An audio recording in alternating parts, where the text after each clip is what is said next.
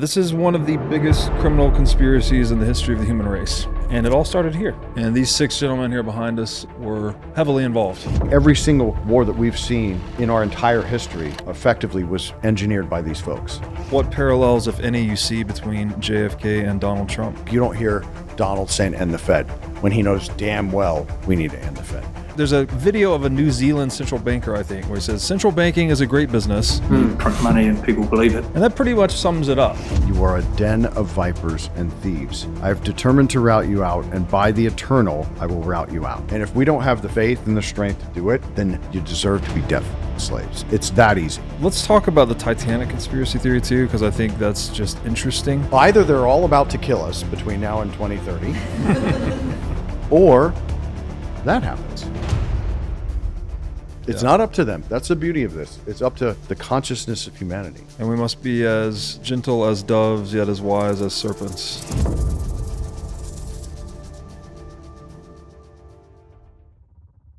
So here we are in the room that the Fed scheme was hatched. A lot of people might not know what that even means, the Fed scheme. The Federal Reserve is the central bank of the United States. I was fortunate to read this book here, The Creature from Jekyll Island, about 19 years ago at this point. The author, G. Edward Griffin, writes this like a detective novel, but it's true, unfortunately. So it reads with a lot of entertainment value, but unfortunately the story is true. Yeah, this is one of the biggest criminal conspiracies in the history of the human race, basically. And it all started here in this quaint little seeming room, right? With a pretty lily pad painting and nice stained glass. And these 6 gentlemen here behind us were those heavily involved in the beginning, at least. Mm-hmm. So here to talk about that today with me is Mr. Chris Sullivan, who's been on the show several times. Welcome back, my friend. Thank you for having me. Everyone has loved all of our episodes, so I'm hoping this one will be equally as impactful. Fooled you.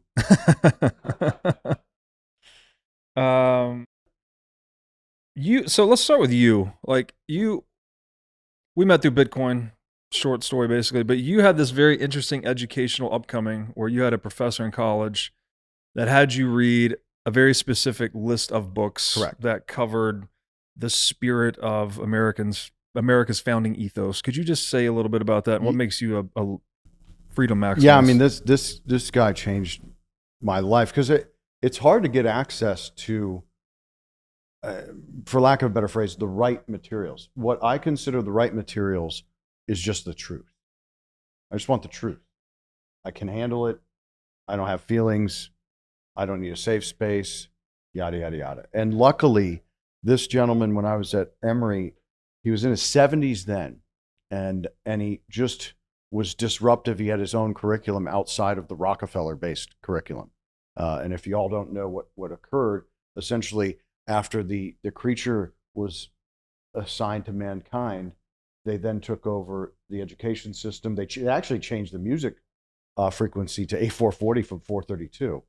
And then agriculture was after that, and so on and so on. And he just was like, hey, here's how you get to be a good man.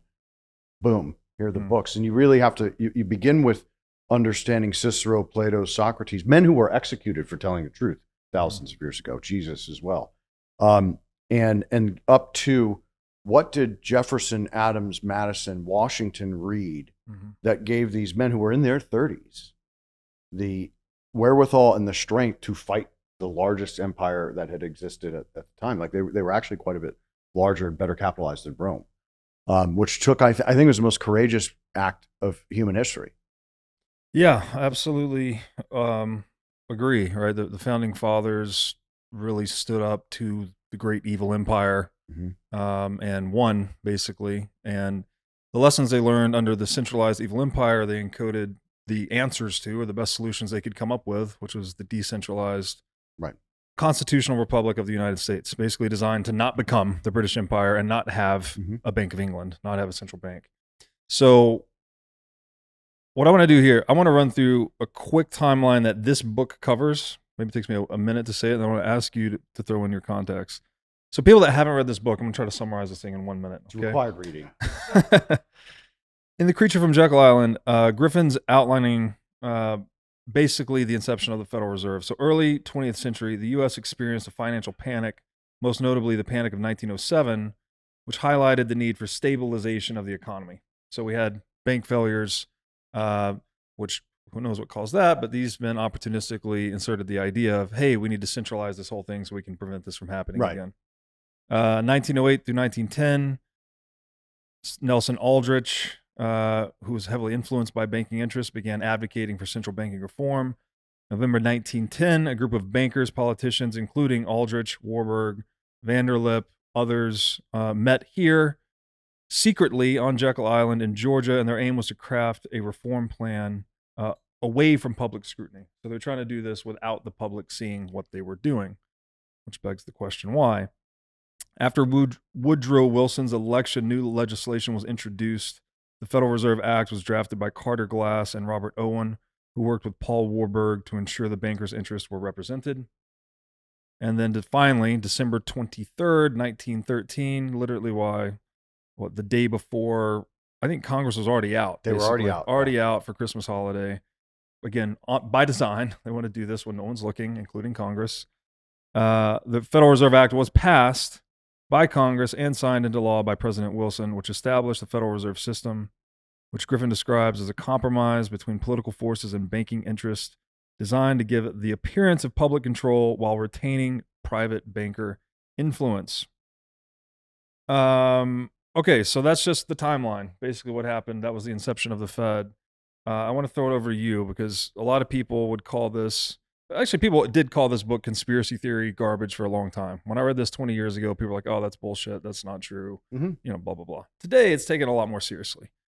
And I guess you could tie in there's also the sinking of the Titanic in 1912.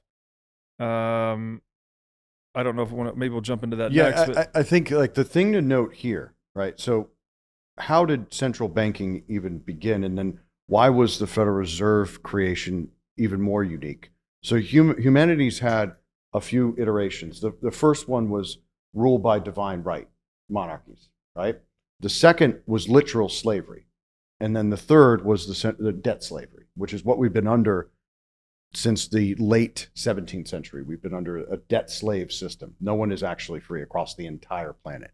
And what's interesting here is that these men were competitors. Warburg, his family, Max, his brother, ran the Bavarian banks in Germany. They were Rothschild underlings. Aldrich was both connected to Rockefellers and the Rothschilds, and his grandson became vice president and was Nelson Aldrich Rockefeller. So these men were all connected to both the European banking houses and the New York money center banks. And for the first time, really in history, it was a collaboration to form what is a cartel. A cartel is just a monopoly that was a willing joint venture. And so that's what makes this distinguished from Nathaniel Rothschild taking over the Bank of England, and then their bloodline Bank of France as well. So this was kind of a unique situation, and because all of their interests flew upwards towards the Federal Reserve, that's why their Federal Reserve is now kind of the head of the snake right outside of the Bank of International Settlements. Yeah. And so the Fed, instead of the Bank of England, which was actually part of the Bretton Woods and a result of World War II, took the pound off the reserve currency and brought it to the States. Yeah.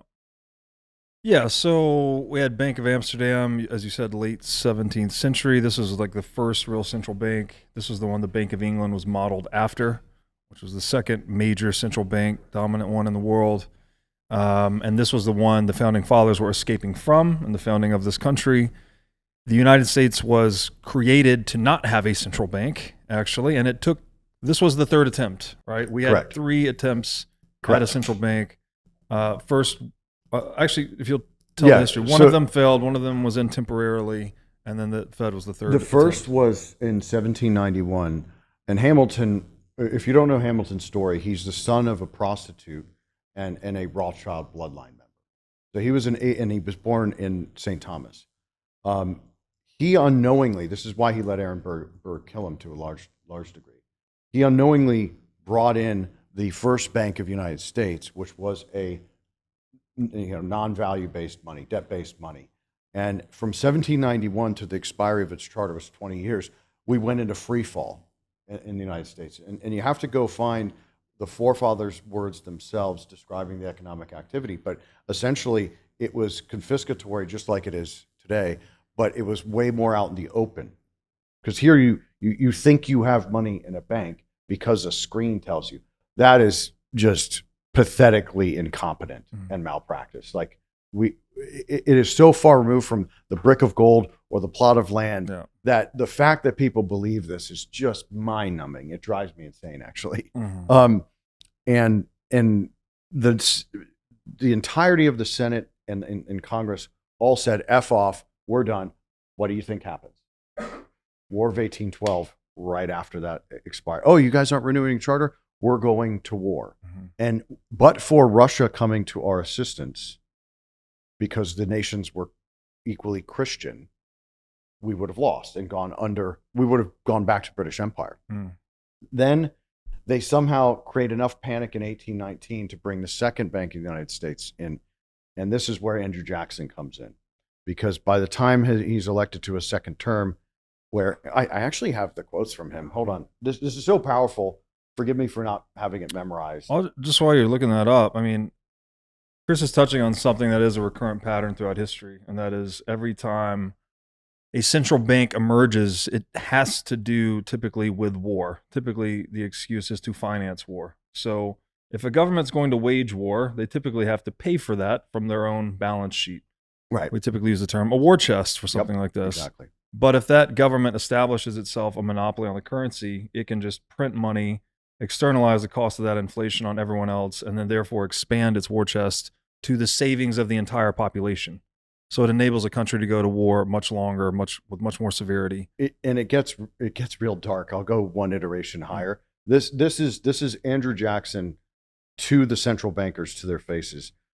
When you won, you divided the profits amongst you. When you lost, you charged it to the bank.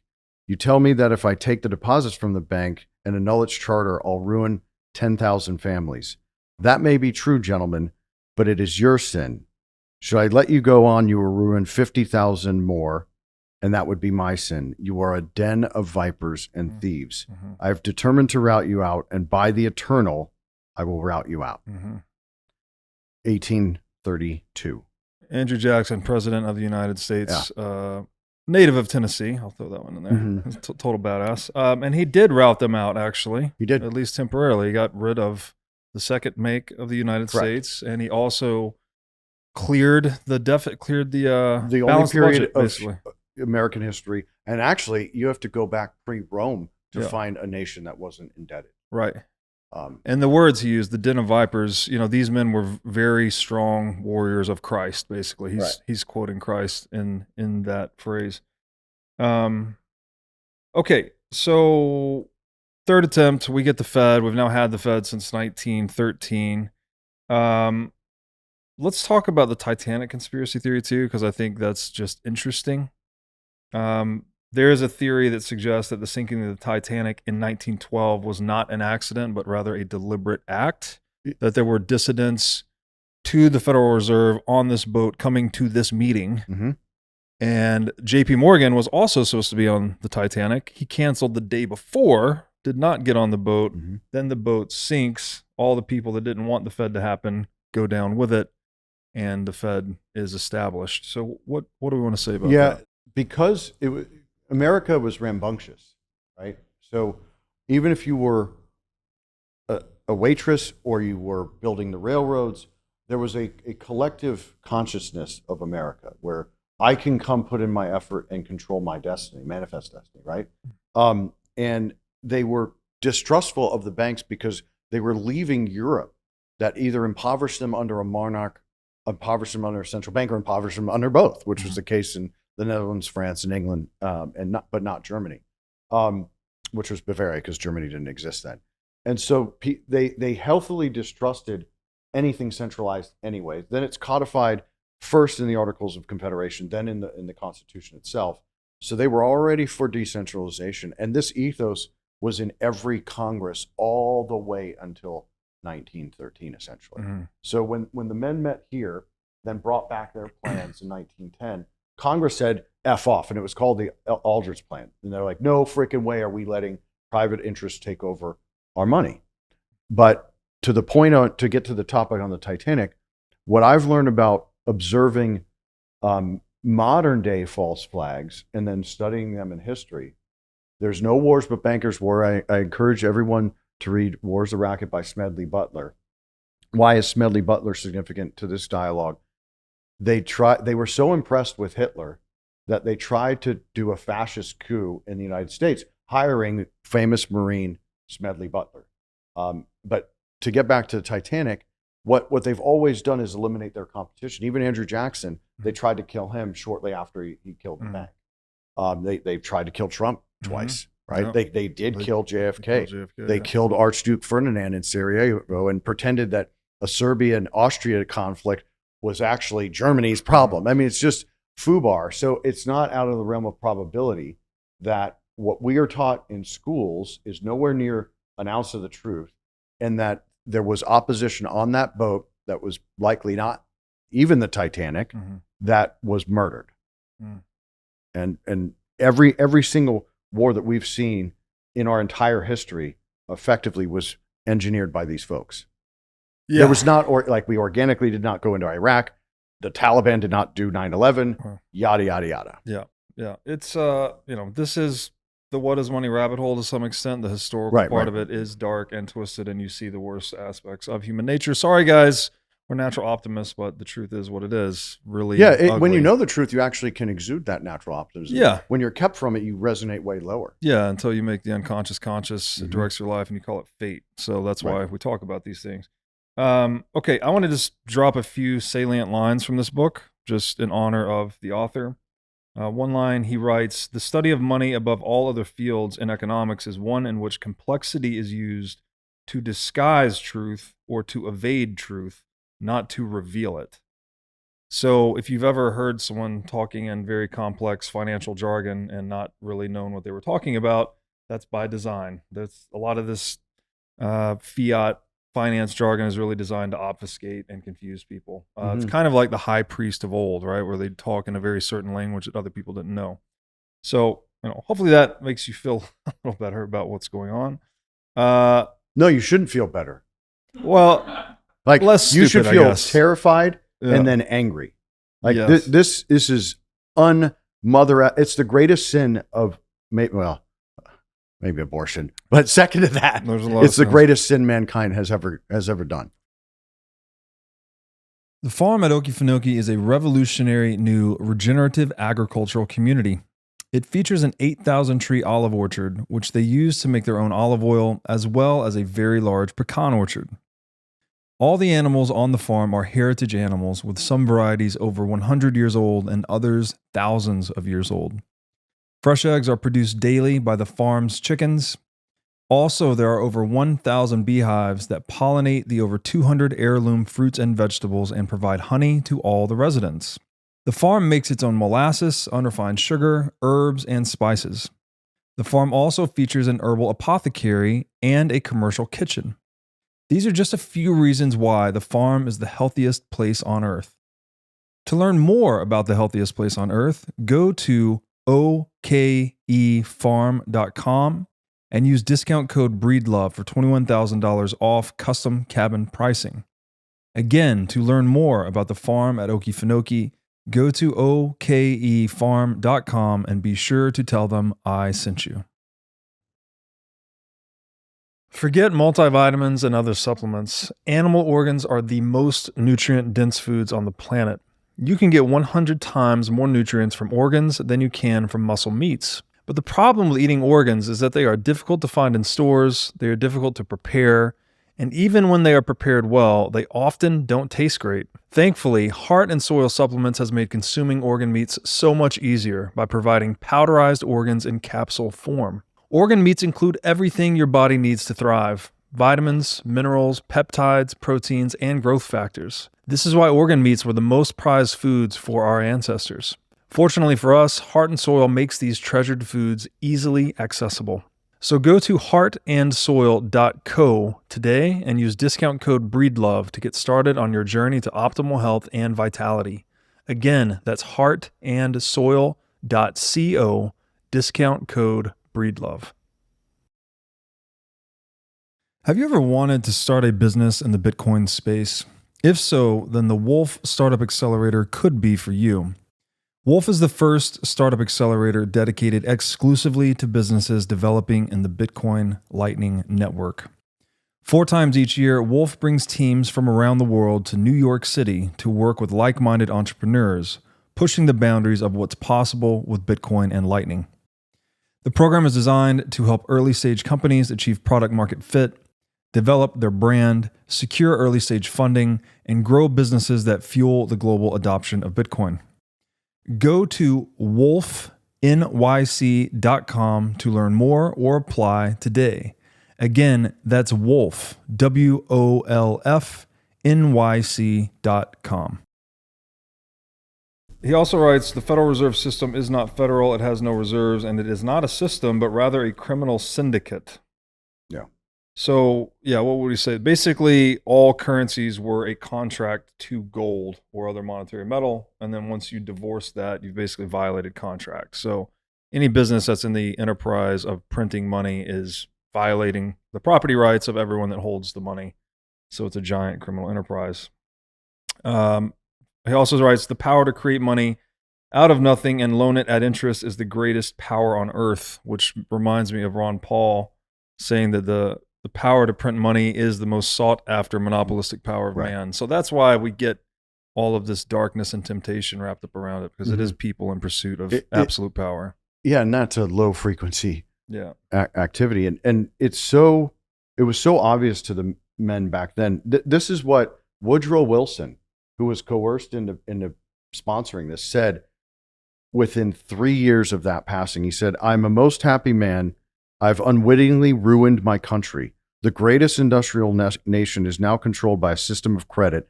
We are no longer a government of free opinion, no longer a government by conviction and vote of the majority, but a government by opinion and duress of a small group of dominant evil men. Yeah. So I don't know what more people need to hear to just collectively put out there in the consciousness that we need to end central banking. It does nothing for humanity. Yeah. And again, it's one of these things that has been sold to us as a solution, and it's actually it's the arsonist claiming to be a firefighter type of situation. Okay, let's talk about the Fed today. So obviously founded 1913, 1971 after you said World War II, ends 1944. We hold the Bretton Woods Conference. The United States becomes... Bretton Woods, this is even earlier. Bretton Woods happened before the end of the war. So these J-offs were so cocky that they got together and had a meeting basically creating the first part of the petrodollar, but saying, all right, Winston, you're effed. Sorry, Rothschilds, even though you own 16% of this bank, your pound's not going to be the currency. The dollar is going to be the currency. And that's our trade for getting American men slaughtered in World War II, which was just a central banking war. Had nothing to do with Hitler, actually. Very little to do with Hitler. So the only part that did was his economic miracle from 1933 to 1938, where he was competing with the other empires, and they didn't like that. And you can cite all the papers from the 1935 to 38 where they're calling for boycotts of German goods. That's both World War I and World War II were because of the German efficiency and mastery with machinery.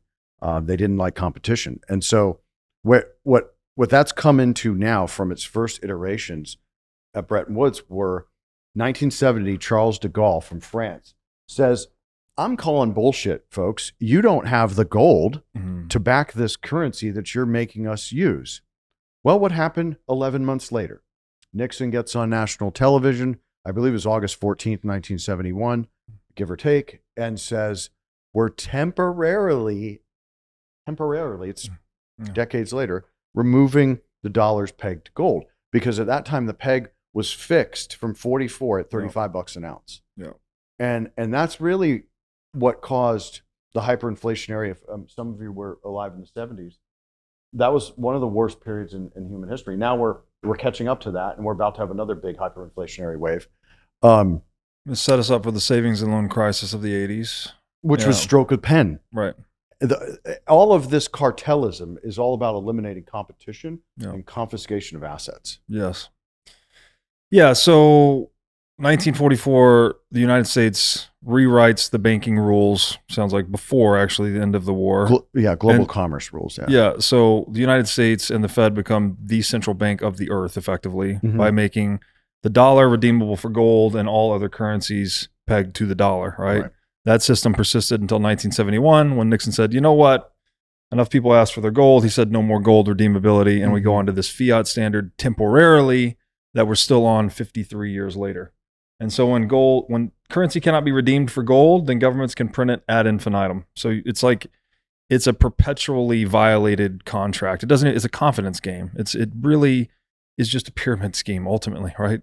That there's a video of a New Zealand central banker, I think, where he says central banking is a great business. We print money and people believe it. Right. And that pretty much sums it up. It's like if you believe it and you hold it in the bank, then you make it real, right? That is the reservation demand that gives it value. But underlying that value is actually nothing whatsoever. No gold, no energy, nothing. Yeah. You're right to feel uneasy if you're not thoroughly versed with this space. But it's so obvious that once you resonate with this truth, all of the other things that have spawned out of this, Satan was basically birthed right here. It's like spawn of Satan will then become apparent, like the 100,000 plus chemicals that RFK is going after here in our food. The fact that they've convinced women that killing a baby is healthcare. And that there's not a middle that's reasonable and responsible. The fact that we have wars that we haven't declared a war since Vietnam. And we've been all over the world, not for the purposes of the American people, but for the interests of these men and their offspring. Because these men, their offspring still own that bank. And then the money center banks like JP Morgan and Citigroup, who also are shareholders in the Federal Reserve. Yeah, social media censorship, all the distortions in food and healthcare, and basically every industry that uses the corrupt money becomes corrupted and distorted somehow. So this is why I think we're beating this drum so hard. It's like, hey, Bitcoiners say, fix the money, fix the world. And there's a lot of different avenues we could go down. Let's focus on something really simple. How does central banking and fiat currency affect wealth distribution inside of, let's just focus on the United States, but any nation for that matter? That is where the proof is in the pudding, as they say. So the people closest to the spigot, let's go through the mechanics of how central banking even works. Let's say Robert is the Treasury and I'm Daddy Fed. You come to me because Congress blew through their billion they had last week, and you come to me and say, Fed, I need another billion. And the Fed gets out the checkbook, write it, and guess what conjures it into existence? Me signing the check, give it to Treasury. Treasury then deposits it at one of 12 member banks. You might ask yourself, why is there 12 banks? That's part of the sales pitch that occurred in 1913. Oh, it's not just a Wall Street bank, because people, as they do today, hate Wall Street, right? And even though hedge fund's not the really right word, I run private fund. I'm not part of Wall Street. I'm from Florida, so don't hedge fund. Don't Ex Wall Street. Yeah, ex Wall Street recovering. That's actually what made me want to start my own company. But so once the check is deposited in one of the 12 regional Federal Reserve banks, then Treasury says, all right, I got to pay military, I got to pay contractors, and then it goes from the Federal Reserve banks to the commercial banks. Bada bing, bada boom. We just created money out of nothing. Yeah. That is the mechanical process. That is with it backed by gold, by the way. Did that answer the mechanical question? Yeah, well, I think it's a good... I can keep going. It's a good start, but it's the wealth distribution is what we want to focus on. So... And the important point here is that the money is not the goods. It's not the stuff. So when they're conjuring it out of thin air, they're not conjuring any goods out of thin air. What they're conjuring is the ability to buy more goods handed out to certain people, the contractors and military that you described. And then as that money enters wider circulation, the people that get it last are basically paying the bill. Correct. So it's stealing from the poor and the middle class to give to at interest. At and the interest, rich, yes. right? So it's really, sorry, I get so forgive me, I'm Irish and Italian. I get so enraged by the fact that this even occurs. I told my son, who's 11, who's coded video, he's a freak, way smarter than his dumb redneck dad. What this system was. He's like, who would ever agree to that? Yeah. And so through that passion, I got lost in my own matrix.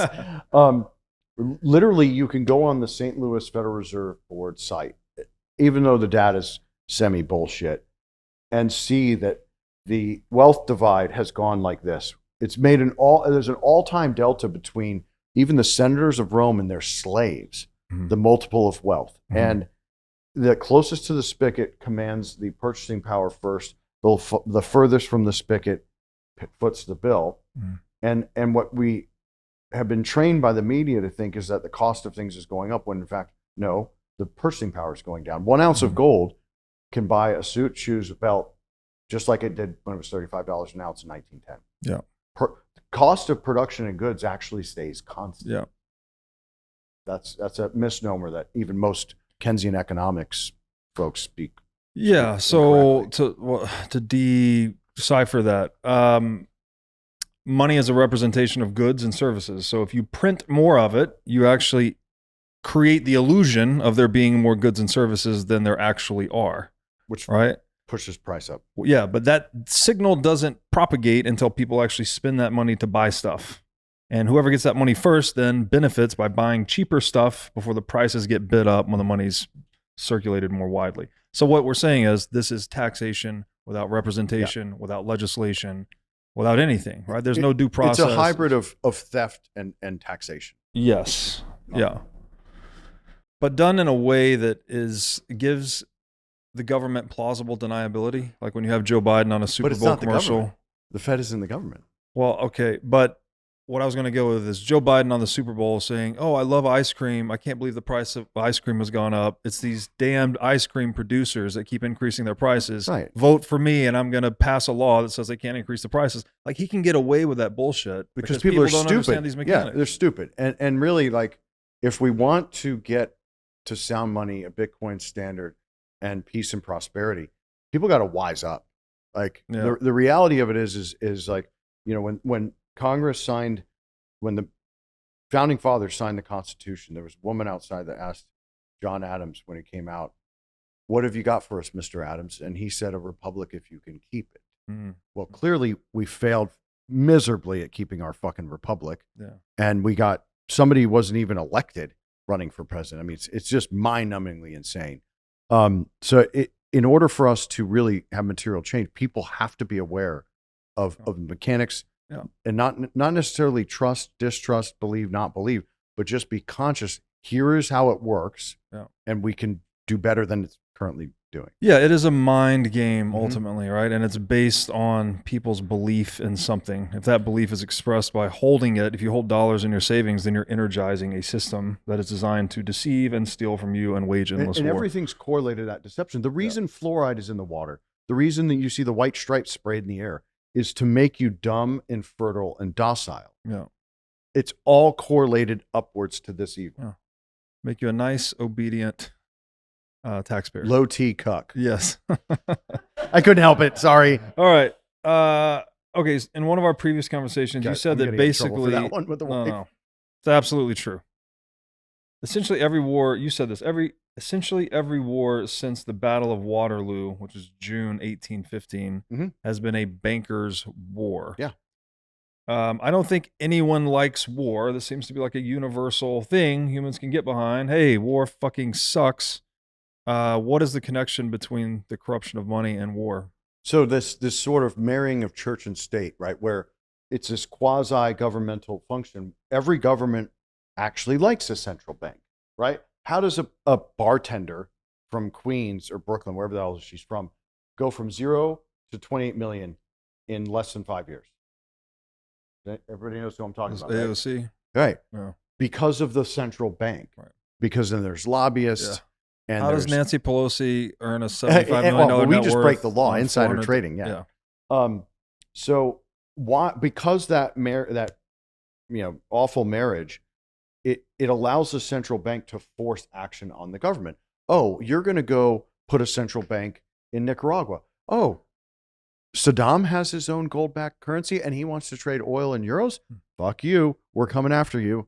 And even W goes, well, he didn't really have WMDs and they didn't do 9/11, but we had to go get him because he's bad. Oh, democracy. Yeah. Even though where we sit now is not a democracy. We're a republic. Mm-hmm. So it is 100% correlated from 1776, really. And then once the Bank of England was taken over, and then once this, creature took over the United States, can anybody name a world war that occurred before World War I? No, you cannot. Why? Because the central bank created it. Literally, does anybody know the start of World War I? 1 year, almost to the day after this was signed. No. And 1 year to the day. Wait a minute. You're going to tell me, sorry, I can riff for a long time. Yeah, Let me stop. No, it's important, right? I think people, this is the thing, I would imagine if people understood this, there would be, Henry Ford has that great quote, right? Correct. Where he says, if people understood the mechanics of the banking system, there'd be a revolution before tomorrow morning. And the only reason I'm even here, I love you, obviously, but the only reason I'm here is to create that revolution, bar none. And if we don't have the faith and the strength to do it, then you deserve to be debt fucking slaves. It's that easy. And I'm going to speak to truth to power while I'm alive, and because I've got kids and I don't want them to suffer under this. Yeah. That converted me to Bitcoin. This awareness, when I saw it, I was like, oh, poof, got it. Yeah. Well, that's the thing, because there have been revolutions. This country was founded in one of them, right? We did have the bloody revolution. Yeah. We Against won. this force. We did. We won. Mhm. We dispelled it. It was gone from 1776 until 1913. But guess what? It's back. Right. And once it sticks, there's no getting rid of it. It doesn't seem like. I mean, historically, I don't think a country's ever, once they've started debasing currency, that society disappears eventually. So right? you want to learn some like media tricks that they did? So in 1910 to 1913, they were like, oh, disrupt the money trust. That was a famous phrase, and they had the octopus over all three branches of government. And now they've convinced us stuff's too big to fail. Oh, Elon and Vivek, they're going to fire 75% of government. Like that's a bad thing, right? It's this propaganda where it's funneled by them. They own every single agency other than InfoWars, basically. Mm-hmm.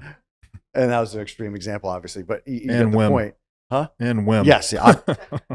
I'd like them to try, and that way we could just take them out. So you really got to, again, unlock the first step, and then all the things else will relieve themselves over time. And it's just, there's no area that you can look at that they don't own, control, or want you to have their opinion of it. And the money is the linchpin to the whole thing. That's obviously the theme we keep revisiting. If you take away the control over money, then none of this other control is possible, or maybe it's at least radically inhibited. Well, and they're the most confident they've ever been right now. Has anybody seen the montage of all the news anchors across all the countries when they had COVID? And they literally are saying the same exact lines. Right. If there was any doubt that they don't own a threat to our democracy, right? That's right. And you're like, and again, we're a constitutional republic, founded as a constitutional republic. A constitution, an enumerated list of things the government can never do to you. Mm-hmm. And a republic is low central state power, high local state power. Correct. State's right. But once you put in the money printer, the central state becomes big. Mm-hmm. Local states become small by comparison. And that even happened at the national bank and state bank. That battled all the way until this. Yeah. The last iteration of state banks putting up a fight was 1987 to 1991, where the stroke of a pen changed the regulatory requirements for savings and loans. Not only did it bankrupt the banks, but it actually called the notes on all the homes of the people who had mortgages with those banks. And some of you are plenty old enough to remember that. And that was by decree. Mm-hmm. By decree. Mm-hmm. So this is really in the grand scheme of the timelines of history, this is an extraordinarily short window that we've really foobarred the whole planet, or allowed them to foobar the whole planet. Yeah. sound money has more or less been the norm of human history when you look Correct. at it over 5,000 years. Correct. But the past 100 plus ish years have been kind of an anomaly. We've had a couple of other anomalies historically, but over the broadest scope, we've been a sound money society. One of my highest health priorities is keeping my brain in top shape. To take care of my brain power, I do many things, such as striving to read, write, exercise, and meditate daily. One of the latest tools in my brain power toolkit is MindLab Pro. MindLab Pro is a nootropic supplement that is scientifically proven to enhance your brain power. When I take MindLab Pro, my mind feels like it has a better grip on the world, my thinking is more lucid, and the articulation of my speech is radically improved.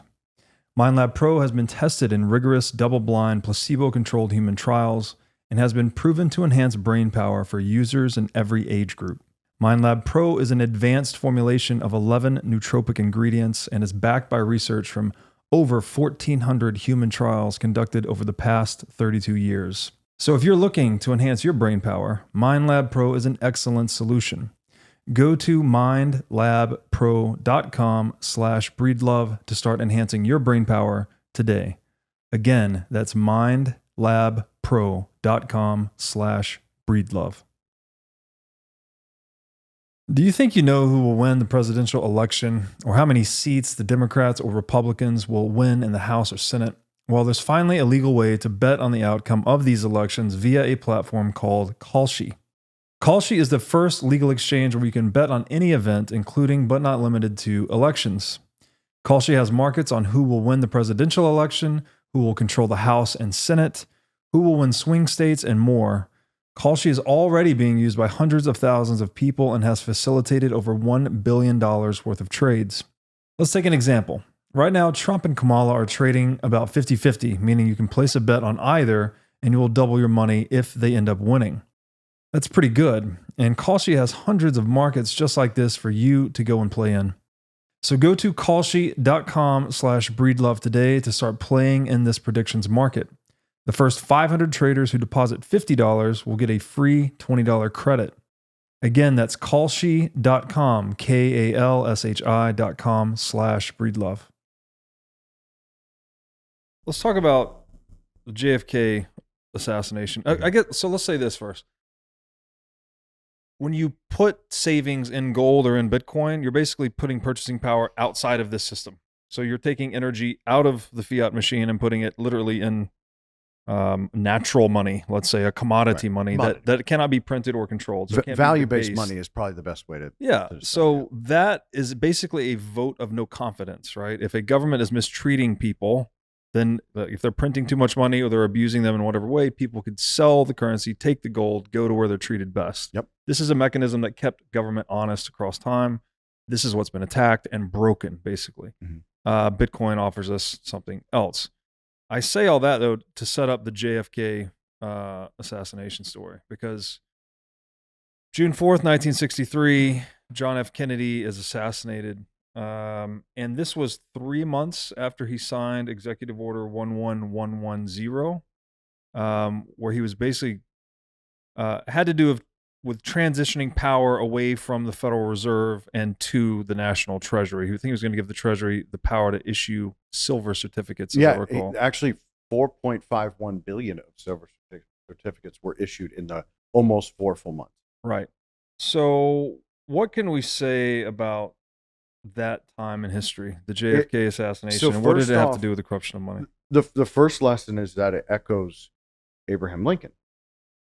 Can anybody name what Lincoln did that the central banksters did not like? Come on. The slaves had nothing to do with the Civil War. And he really didn't, because we were the debt slaves. So he did the greenbacks. Right? Which was a national currency, not a central bank currency. Exactly. Yeah. So the money trust out of England hated that. And so much so that the central banks in both England and France were seriously considering invading America and backing the Confederacy. Mm-hmm. This is easily found. Nothing that I'm saying is my original thought, by the way. I'm regurgitating the information of first or second-hand folks who wrote beautiful novels and or periodicals of the time. This has no subjectivity whatsoever. So JFK echoes Abraham Lincoln because it took, I think, almost 5 years after they assassinated Lincoln, where all of those greenbacks that were in circulation that recapitalized America, which helped him win the war against the South, were gone. You can't find them anymore. And so, same thing, because they were all sensitive, like, oh, if JFK tries to do what Abraham Lincoln does, oh, whoops, he did it. We can't let that happen. And similarly, it took 4 or 5 years for them to get these silver notes out of circulation after 1963. 63. So he was giving people access to honest money, and that is not good for a dishonest. And he made a famous speech about secrecy, which was literally talking about exactly what happened. Yeah. Okay. I'm jumping around here because we don't have a ton of time, but I want to jump to today.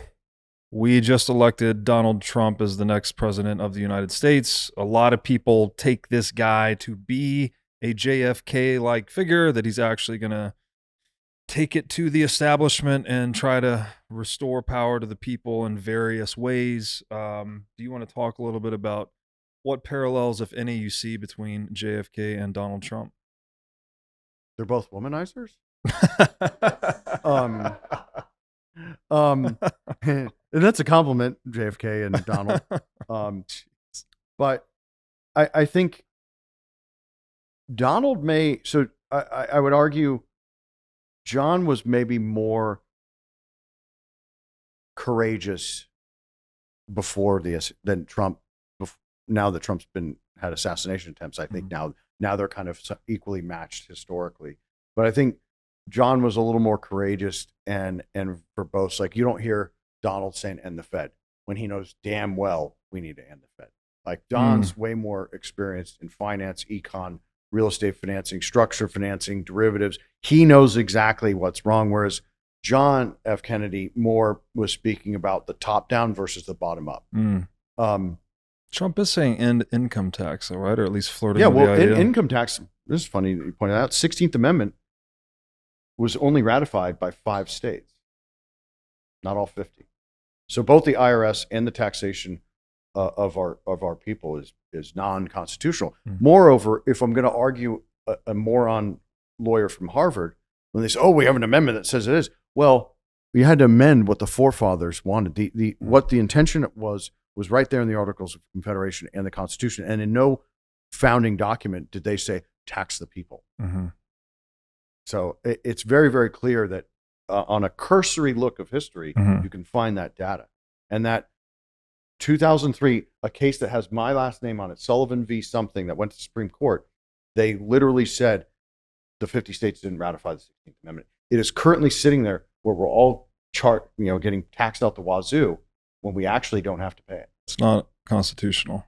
Yeah. It's actually, they can't legally collect. Yeah. And there are certain lawyers in the country who have successfully combated this through not filing 1040. I'm not an expert at anything, but I'm not well versed enough to speak on that. But those who have combated that have actually won, and there's some precedent there. Yeah. So Trump, RFK, some people think Trump is one of these new founding father-esque kind of individuals, that he is actually going to shake the tree and, refresh the tree of liberty and all of this stuff.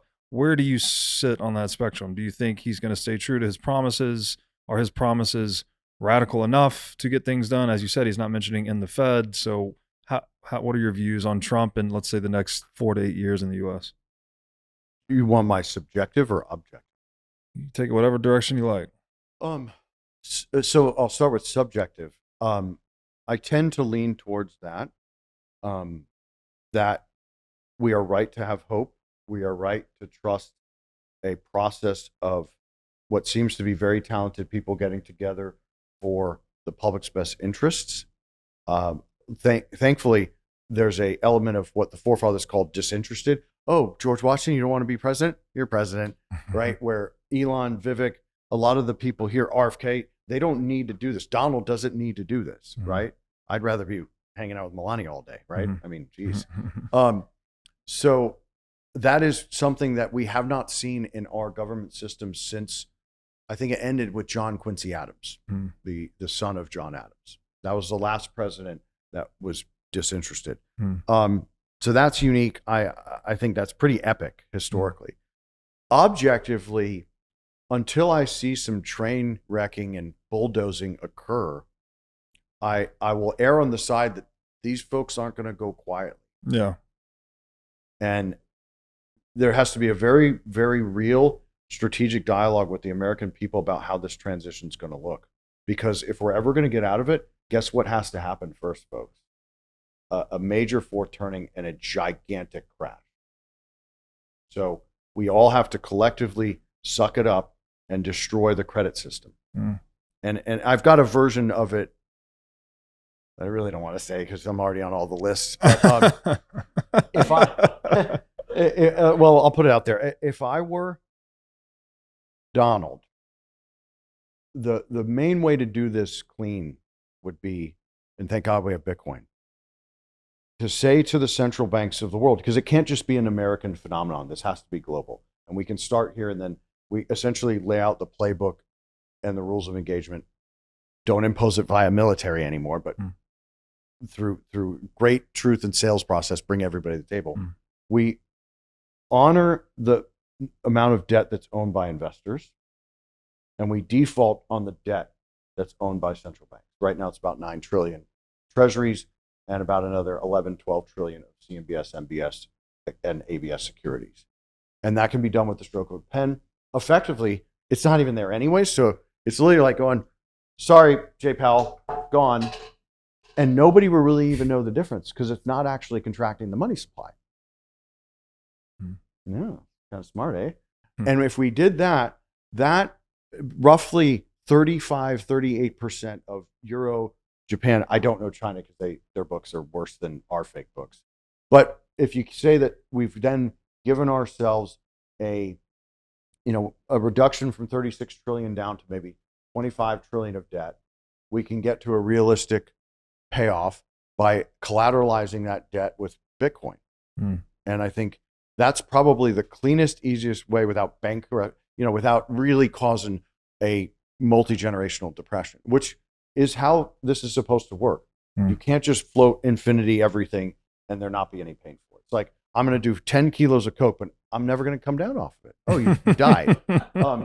Right? You can't do that and not have the other side of the equation. It's funny, but it is the analogy to a drug. Yeah, it's very good, actually, because the printing of money is like, they literally call it stimulating the economy. It's a stimulant for the economy because you create that illusion that there's more goods than there actually are. And they use words like elastic, flexible currency. Yeah. What? But yeah, we've been on this stimulant for 50 years straight, and the whole organism is basically pathologized as a result.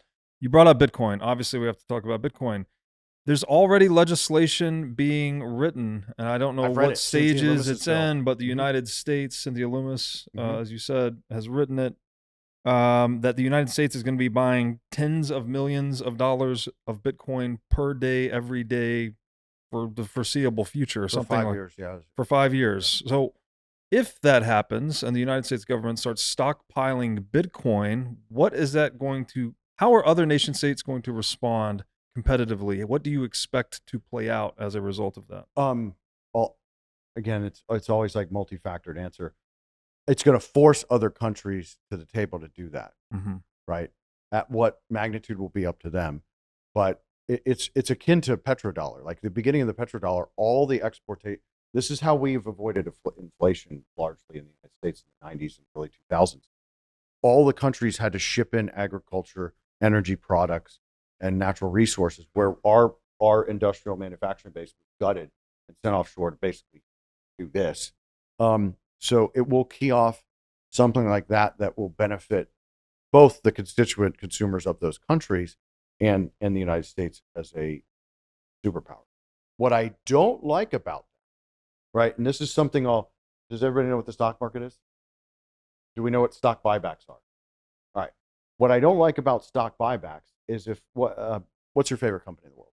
My favorite company in the world? That's publicly traded. Let's go with MicroStrategy right now. He's a bad example because he's doing exactly what. Well, you need a bad company.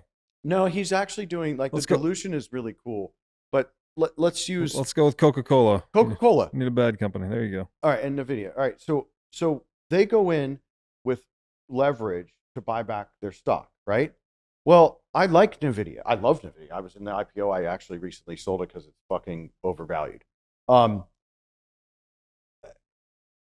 don't want to have to compete with them to buy the shares of the company that I want to invest in. So where is the middle ground here where you have what we would call agnostic, don't give a shit money, and then the common folks who ought to have a Satoshi or two, right? So is it fair for the government to buy 200,000 a year for 5 years, drive the price up to, well, shit, I can't even handle that. It'll be like 10 million. I mean, it's going to be retarded. But I think there has to be a dialogue of what's responsible and reasonable, because that's just as unfair as the Wall Street bullshit system. Is there anything we can do to stop it, though? I mean, I'm just saying, I want a dialogue. Yeah. Well, you say that wallet is N% pro rata of every constituent consumer in the United States. That's how you fix that. See, we have to talk about it, and then I'll think of something smart. Yeah. There you go. That's how you fix it. Done.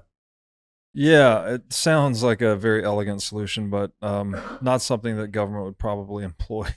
Yeah, but we're already maritime admiralty law chattel via our social security number, right? So that's how you would sync it up to a pro rata ownership of that wallet. Okay. Right?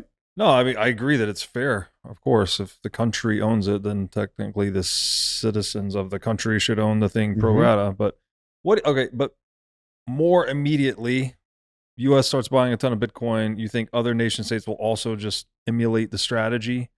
And then what? We get into nation states around the world stockpiling Bitcoin, and that does what to the Bitcoin price? Just silly. But I then get concerned about power at that point, where, because not everybody wants peace and prosperity, right? Sure.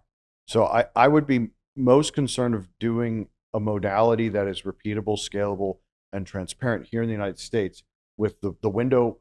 Figure we have 2 years until Congress F's this up 3 ways from Sunday to get everything done that we need to get done. Let's focus here and not be as concerned with the fallout of other nations. Okay, so say that happens, nation states start stockpiling Bitcoin. Bitcoin obviously is going to monetize much more quickly as a result of that. That's also going to sunset money printing as a thing, right? Bitcoin's going to reach a point where you can't, because the more you print money, the more it's going to pump the Bitcoin price, the more people will buy Bitcoin, and therefore you will not be able to print money anymore. Basically, all the fiat currencies will hyperinflate and no longer be useful. So what does that mean? I mean, that's a good thing, right? If we talk about corrupt money causing all of these bad things, all of these cascading effects that you've described, right? And the food and the healthcare and morality, etc. What does incorruptible money, if we can call Bitcoin incorruptible money, what are the cascading implications of that? So I always like referring to Bitcoin as the apex predator money. Whereas this is like the douchebag cuck money. Bitcoin's the apex predator money.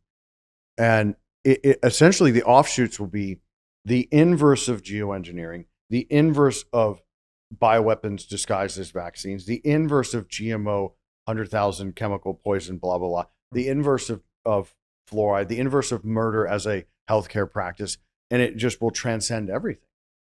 And I think it will create both a philosophical, a spiritual, and probably a gigantic educational renaissance where we rediscover some of the history that they have not yet destroyed and create a lot of immense peace and prosperity. Because if you get the debt monkey off people's backs, you're not going to have depression anymore. You're not going to have malnutrition. And without the belligerency of the Pentagon and NATO et al. And Israel and China just, we're just going to blow everybody up, like people will have time to think again.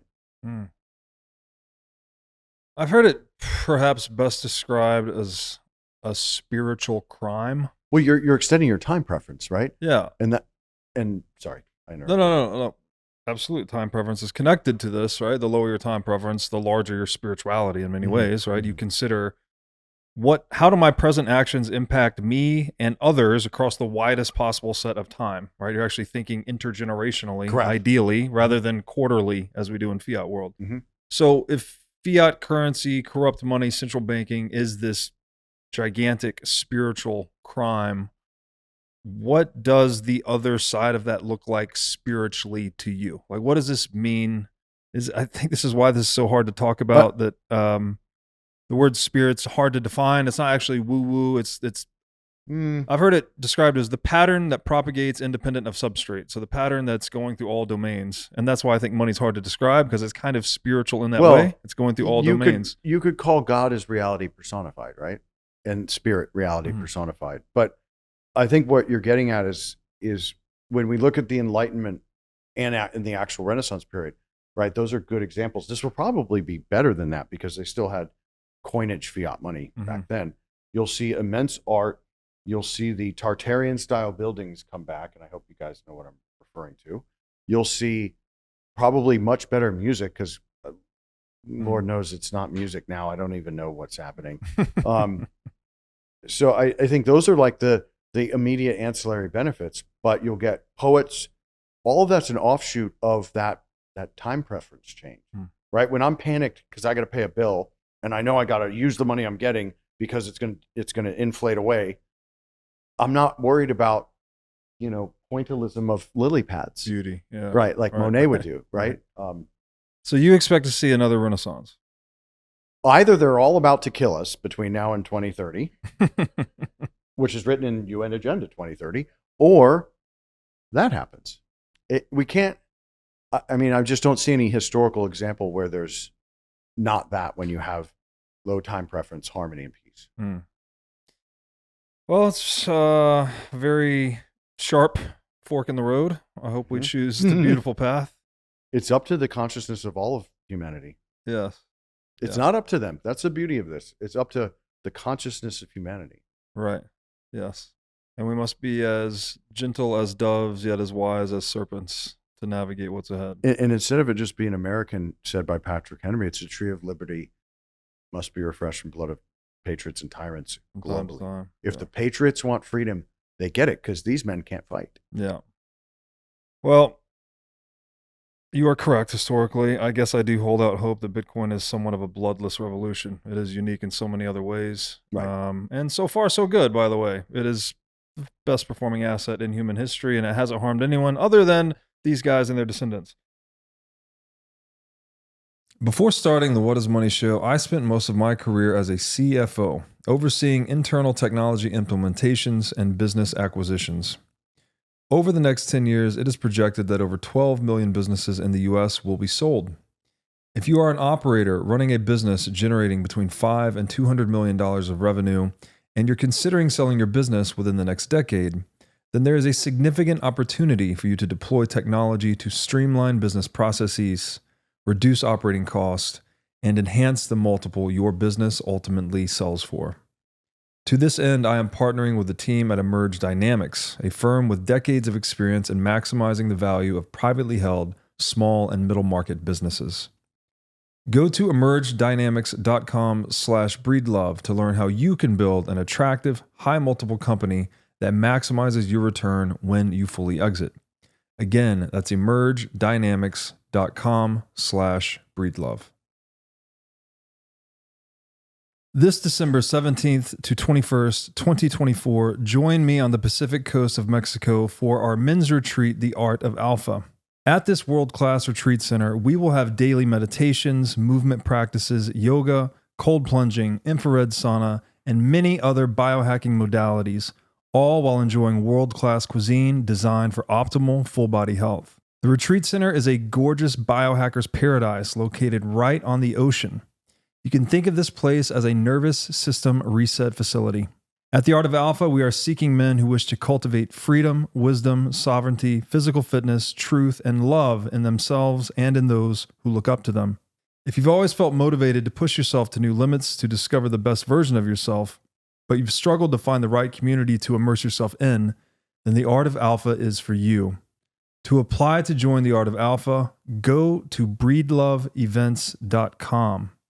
Again, that's breedloveevents.com to apply to join us for the Art of Alpha on the Pacific coast of Mexico this December 17th through 21st, 2024. How about some Q&A? Sure. Did anyone have any questions about the Fed, money, the spiritual crime that is fiat currency, the years ahead? Really? Okay, thank you. Don't you think that once you take Bitcoin as a strategic reserve, then you can issue as much, you can print as much debt and currency as you want, because I am stabilizing the printing, the devaluation of the dollar with the appreciation of the reserve. No, I don't think so. It's I think not if correlated. people take self-custody of the Bitcoin. You can only play that game if they hold the Bitcoin. Well, but use the examples you're citing. All right. Before Biden depleted our strategic petroleum reserves, we had no correlation to the price of oil. Same with gold. There's no correlation. Even the central banks buying gold, there's no correlation to it.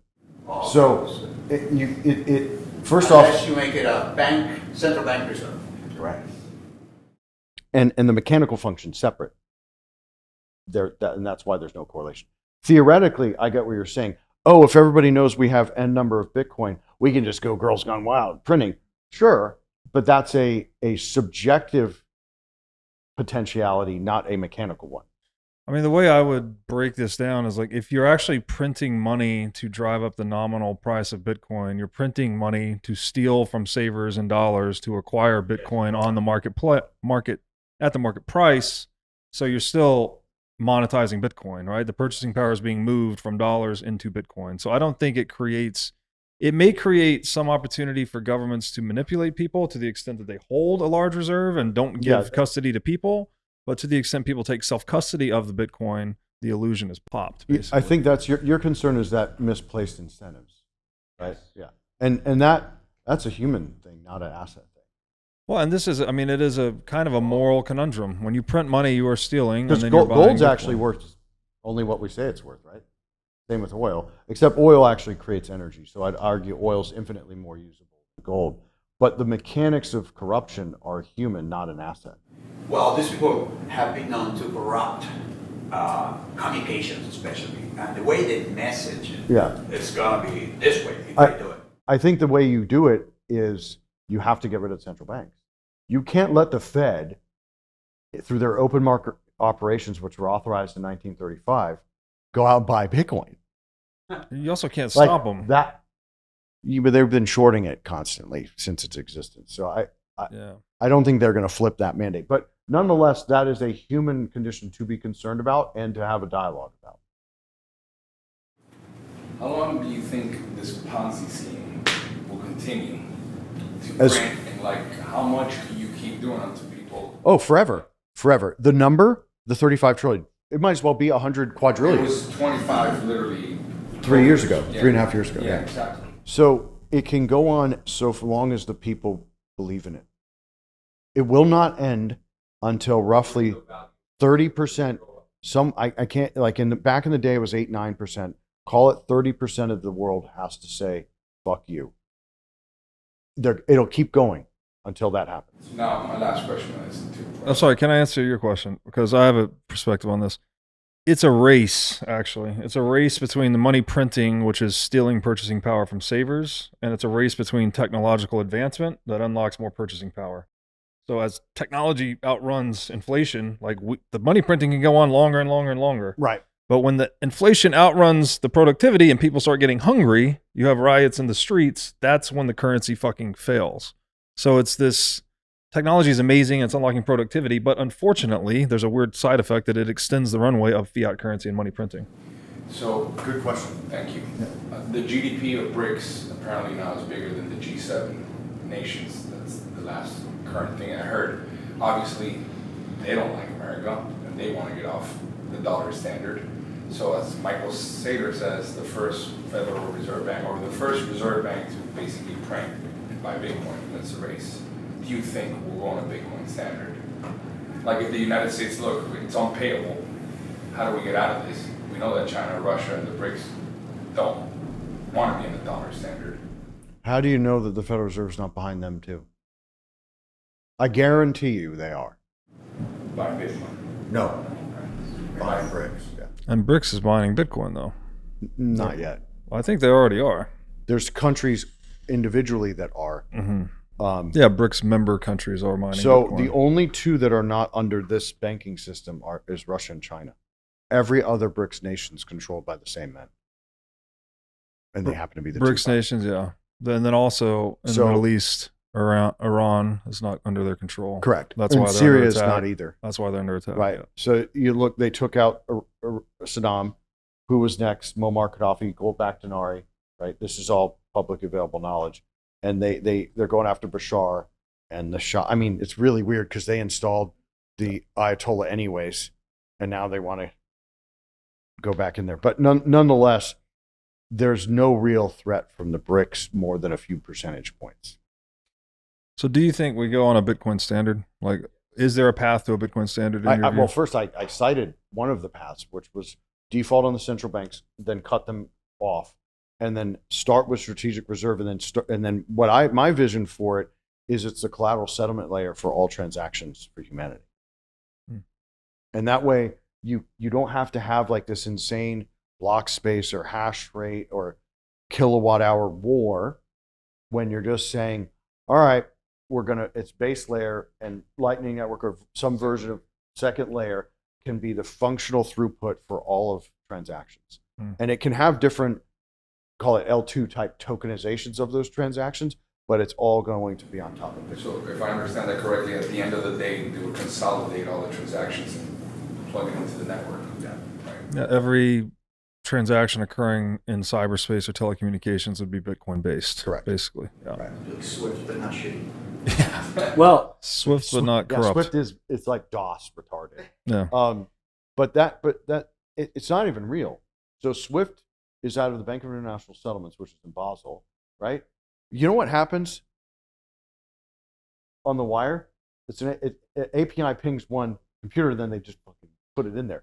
The fact that anybody thinks they have money, it's mind numbing. That's like saying, "Oh, you're actually seeing Brad Pitt here." I love, Robert the saying. What is it saying? There's a meme, quotations. My money in the bank, and it says, "It's not money, it's not a bank, and it's not in the bank." Basically, And it's not yours. yeah. You know, you guys should feel good about yourselves for being this educated. Obviously, you're into local farming, farm to table, and eating well, and you want to live well. And if you have those two things, you're likely wanting to be a good investor and invest for your bloodline. We're all fucked if this doesn't get solved. Question was related to that. I'm liking that we're talking about how America, out of all countries, kind of has a good Bitcoin outlook, at least from my perspective. And I think Bitcoin has been, I've been bullish, but Bitcoin's been outpacing my expectations for how much it's, just been, let's just put market cap as the metric. But what's underperforming expectations is how many people in my life fucking get it at this point, all these years later. So I guess my question for you, optimistic for America, but I'm having a really tough time getting my loved ones to get it the way that, people in this room get it. So do you have any advice when it comes to just talking to them, understanding, because they keep seeing boogeymen everywhere, but it's the wrong boogeyman. And I'm trying to tell them, exactly. So give them that book. They don't read it. All right. That's the answer. So, I mean, You reach a point, I think, with the Bitcoining. I don't know. You could ask my lovely wife. She says I can turn any conversation into a Bitcoin conversation, but you do give up with the proselytizing. Like at least I did. I'm not here to like pitch people on Bitcoin. Oh, that may sound ridiculous considering I'm on a Bitcoin podcast, but it's just more of, I think, even the namesake of the show. It's an invitation. Right. What is money? Like, have you thought about it? Have you thought about it? And then in that line of inquiry, you will arrive at some conclusions you may not have wanted to discover, but you probably needed to discover. You just approach it kindly and give information, and that's all you can do. Yeah. And you can be empathetic and be sympathetic, but not waste your time. Yeah, amen to that. I think we got time for one more question. With Bitcoin being a new sector, kind of new space, whatever you want to call it, what's the business opportunities with it? I mean, as far as opening it up to new life into America? I started mine in 2017, but that's on the asset management side. We have two different funds that investors can invest in. I think B2B, you're only really competing with Venmo, Strike, yeah, sorry. Venmo, PayPal, Square. I think there's immense B2B, and then what I'm trying to do in the state of Florida is pretty spicy with a version of the Spidey, special purpose depository institution, so that we have Bitcoin banks. Full reserve, not fractional, because banks exist to make the banks money. What if you had a taxpayer subsidized version that all it was to make the tech adoption quicker and the UI UX, which is user interface, much easier, so that people like your family members could go, oh, look, I'm saving money on this, and oh, look at how fast this is, and oh, wow, I can buy more groceries with it in the next week. Stuff like that can occur. And so I'm focused on kind of the DeFi and the B2B and the asset management side, because that's where my skill set lies. But I think, look what Robert's done. This is educational truth to power. There's almost infinity business opportunities. Like the applications for Bitcoin's blockchain on agriculture has only been scratched a little bit. Yeah, I would say there's an explosion of opportunity. Like anything on this higher order protocol layer development, uncensorable communications. Quantum energy, 0 point quantum energy. That's actually the biggest opportunity. Well, yeah, that's a big opportunity for every industry for sure. Yeah, but it already existed 120 years ago. I mean, it exists every day. That sounds like a whole nother podcast. It is. Yeah. 0 point energy. See what you did? Okay. One obvious one I'll say. First of all, you could just study the different protocol layers that are being built on Bitcoin. They're doing all kinds of stuff, right? Trying to put private property rights, tokenized assets, title, blah, blah, blah, blah. But one that's super interesting and very relevant is this idea of uncensorable digital communication. So we could actually have uncensorable messaging or uncensorable social media, uncensorable telecommunications, which would have prevented all of this pandemic censorship nonsense we experienced over the past 4 years. So that, I think, in many ways, people say Bitcoin completes the internet and that it lets us move money permissionlessly over the internet that cannot be stopped. We also need the messaging layer that cannot be stopped, because censorship at the application layer, Facebook, Instagram, whatever, all of those, that doesn't work. You can't leave that up to a few people to decide who gets to say stuff, because then they can amplify certain messages and de-amplify other messages, and you get all this social engineering nonsense, and we don't have freedom of speech. So that's something really important for Bitcoin. Just ancillary to that, once that layer is established, guess what gets to occur? They can't ruin history anymore and rewrite it. That's right. It goes on chain history forever. That cannot be rewritten by the victors. Literally, folks, one of the primary agendas, World War I, World War II proxies, was to destroy beautiful buildings and history so that no one would figure out that they had rewritten it. And many men, from Voltaire to Napoleon, history is a lie agreed upon. Yeah. And by putting everything on the blockchain, it enumerates it for eternity. And once we solve a little bit more on the power side, it's like the thing can just be its self-perpetuating motion and create the frictionless economy globally. It really could get the best mankind's ever seen. I think that's a beautiful place to bring it to a close. Mr. Sullivan, thank you for joining me again. You're welcome. Thank you for your very unfiltered takes. Swearing. That's the only version you get now. I'm sorry. And thank you guys. I hope this was useful, insightful. Thank you. Thank you, everyone. Thanks for watching. If you enjoyed this episode, click here to find more just like it, and here to find our most recent episode. Also, make sure to like this video to help shine light on the corruption of money, and be sure to subscribe to this channel to stay connected.